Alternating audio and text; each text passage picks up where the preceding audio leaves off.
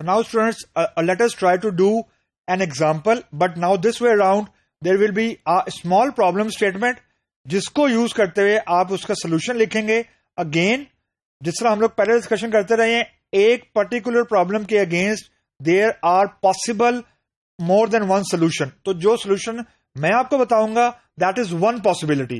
And to master any programming language the key is कि आप किसी एक प्रॉब्लम को मल्टीपल तरीके से सॉल्व करें ताकि आप थोड़ा सा हैंड्स ऑन हो जाएं उस पर्टिकुलर लैंग्वेज के सिंटैक्स पे. So now look at the problem. जो हमारा टास्क है, टास्क हमारा ये है कि we need to write a PL/SQL block to process for 4 records या 4 rows only from EMP table, and if these 4 records have maximum salary among them, display maximum salary. The question is very simple. For example, employer table में 100 rows हैं या हमारे case में 14 rows हैं. तो आपने सिर्फ शुरू की 4 rows को प्रोसेस करना है, और अगर उन 4 rows में से कोई सैलरी मौजूद है, मैक्सिमम सैलरी यानी जो भी मैक्सिमम सैलरी एम्प्लॉयर टेबल में थी, अगर उन 4 rows में से भी यानी कोई ऐसी 4 row में वो मैक्सिमम सैलरी मैच कर जाती है तो आपने वो डिस्प्ले कर देना है, अदरवाइज कुछ भी डिस्प्ले नहीं करना. तो यहां पे एक जो कैच है वो ये है कि अभी तक हमने कोई ऐसा तरीका नहीं देखा कि हम नंबर ऑफ रोज को लिमिट कर सके. मतलब अगर सिलेक्ट की स्टेटमेंट से रिटर्न हो रही है फॉर एग्जांपल 10 रोज, और मैं ये चाह रहा हूं कि मैं सिर्फ शुरू की 4 रोज को प्रोसेस करूं, अभी तक मैंने ऐसी कोई चीज डिस्कस नहीं की है. But the good news is के with the help of a cursor I really can do it. मैं ये कर सकता हूं क्योंकि मेरे पास अब ऐसे स्ट्रक्चर्स मौजूद हैं, ऐसे कंट्रोल मौजूद हैं कि now I can control the number of rows जो मैं प्रोसेस करूं और जो मैं डिस्प्ले करूं. तो the question is very simple कि 4 रोज को प्रोसेस करो, अगर उन 4 रोज में से किसी भी रो के अंदर मैक्सिमम सैलरी है तो उसको डिस्प्ले कर दो, otherwise don't do anything. So here is the logic. The first part, declare cursor C1 is select sal from EMP. सबसे पहले मैंने एम्प्लॉयर टेबल की सारी रोज को फेच कर लिया, यानी अगर 10 रोज हैं, 100 रोज हैं, आई डोंट केयर, सारी रोज मैंने लोड कर ली, लेकिन कॉलम एक ही है सेल. उसके बाद मैंने 2 कॉलम डिक्लेयर किए, मैक्स अंडरस्कोर सेल. सेल एक और वेरिएबल का नाम, मेरे लोकल वेरिएबल है, तो हम लोकल वेरिएबल का नाम कॉलम के नाम पे रख सकते हैं, ऐसी कोई मसले वाली बात नहीं है. उसके बाद बिगिन में सिलेक्ट मैक्स ब्रैकेट में sal into max underscore cell.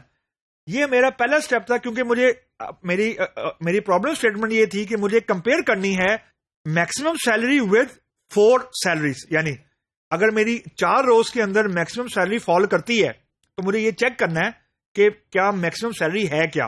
तो उसके लिए मैंने maximum salary from my employer table load कर लिया into my local variable max underscore sal. जो भी सैलरी आई है मैक्सिमम सैलरी वो मैक्स अंडरस्कोर सेल के वेरिएबल में कॉपी हो गई. उसके बाद open C1 loop fetch C1 into sal. तो एम्प्लॉयर टेबल की पहली रो में सेल के कॉलम में जो वैल्यू पड़ी होगी, जो भी वैल्यू पड़ी होगी, वो मेरे पास यहां से इस लूप की मदद से पहली रो में जो सेल की वैल्यू है ये मेरे लोकल वेरिएबल में कॉपी होगी. This sal is my this local variable. ये टेबल का कॉलम नहीं है, लोकल वेरिएबल है. तो पहले रो की जो भी वैल्यू है सेल के कॉलम में, यानी सैलरी के कॉलम में, वो मेरे पास लोकल वेरिएबल सेल में आ गई. उसके बाद I have just put a check if sal यानी मेरे लोकल वेरिएबल की वैल्यू जो लोड हुई है फर्स्ट रो की is equal to max underscore sal, जो मैक्सिमम सेल का कॉलम था, यानी मैंने जो एम्प्लॉयर टेबल की मैक्सिमम सैलरी थी वो मैंने लोड कर ली थी इस लोकल वेरिएबल के अंदर. तो अगर दोनों सेम है, यानी ये वो केस है कि मैक्सिमम सैलरी पहली रो में ही पड़ी हुई है, इफ तो डिस्प्ले कर दो मैक्सिमम सैलरी, एल्स डिस्प्ले कर दो मैक्सिमम सैलरी नॉट रीच्ड. तो उसके बाद जो कैच है, अभी हम पहली रो में बैठे हुए हैं, एग्जिट में लिखा मैंने exit when C1 percentage row count is greater than और इक्वल टू ग्रेटर देन 4. तो जब अब पहली रो फैच होगी रो काउंट में 1 होगा, नेक्स्ट रो फैच होगी रो काउंट में 2 होगा, उसके बाद जो रो फैच होगी रो काउंट 3 हो जाएगा, उसके बाद जो रो फैच होगी उसमें रो काउंट हो जाएगा 4. तो ये हमारा चेक है, यानी दिस इज अ चेक कि मैं number of rows to be processed को कंट्रोल कर रहा हूं. हो सकता है एम्प्लॉयर टेबल में number of rows, total number of rows 12 हो फॉर एग्जांपल, लेकिन इस एग्जिट की कंडीशन की वजह से सिर्फ शुरू की 4 रोज ही फैच होंगी. और इफ की मदद से मैंने ये चेक कर लिया कि जो 4 रोज मेरे पास फैच हो रही हैं उनमें सैलरी की वैल्यू क्या मेरी मैक्सिमम सैलरी के इक्विवेलेंट है, अगर है तो डिस्प्ले कर दो, नहीं है तो डोंट डू एनीथिंग। तो ये जो रो काउंट वाला चेक है ये इफेक्टिवली मेरी 4 के बाद वाली रोज को एक्चुअली उसको प्रोसेस ही नहीं होने दे रहा, वाइप आउट कर रहा है। तो ऐसा नहीं है कि वो रोज लोड ही नहीं हो रही, वहां तक कंट्रोल ही नहीं पहुंच पा रहा, क्योंकि जैसे ही रो काउंट 4 से ग्रेटर होता है ये लूप टर्मिनेट कर जाता है, दिस थिंग लूप टर्मिनेट कर जाता है और 5वीं रो तक कर्सर जाता ही नहीं है। तो इफेक्टिवली मैंने अब number of rows to be processed and to be controlled को मैंने यहां पे अपने कंट्रोल में कर लिया। So let us try to do an implementation and for that we need to go to the editor. So let me just bring the code from here into my editor and let us try to see how it will behave. That's first portion and this is the second portion of my code. Okay, now we have the complete code.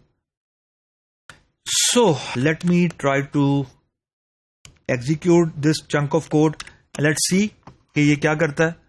Okay, so when I will run the code, it is showing me maximum salary not reached first time, maximum salary not reached second time, maximum salary not reached third time, and so on. So the catch here is कि यहाँ पे maximum salary greater than total number of rows 5 process हुई हैं। तो मैं अगर यहाँ पे इसको greater than or equal to कर दूंगा तो it will limit the total number of rows to 4, जो कि हमारा एक्चुअल ऑब्जेक्टिव था। सो मैंने इक्वल टू लिखा and now you can see कि यहाँ पे हमारे पास टोटल नंबर ऑफ जो रोज हैं वो 4 फैच हुई हैं। Total number of rows employee table में देख लेते हैं कितनी है, क्योंकि हमने जो सिलेक्ट की हुई लगाई है उसमें कोई कंडीशन नहीं लगाई कि कितनी रोज फैच करे या कितनी ना करे। Select static from EMP and let's see कि इसने कितनी रोज प्रोसेस की हैं।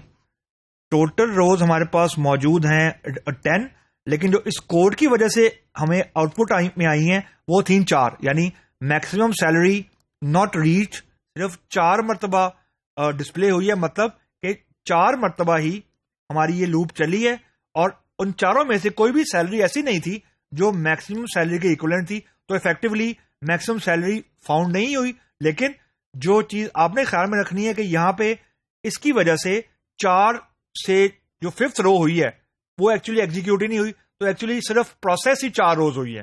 सो that was a catch here कि with the help of a cursor हम टोटल नंबर ऑफ रोज जो हम लोग प्रोसेस कर सकते हैं वो एक्चुअली हमारे कंट्रोल में आ जाता है। एंड जब ये चीज यूजर कंट्रोल करना शुरू कर देता है, that's a beauty of any programming language.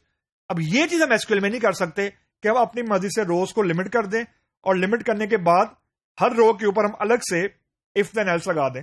This is effectively not possible in select statement या SQL only, and that is the biggest advantage of using PL SQL with SQL statement.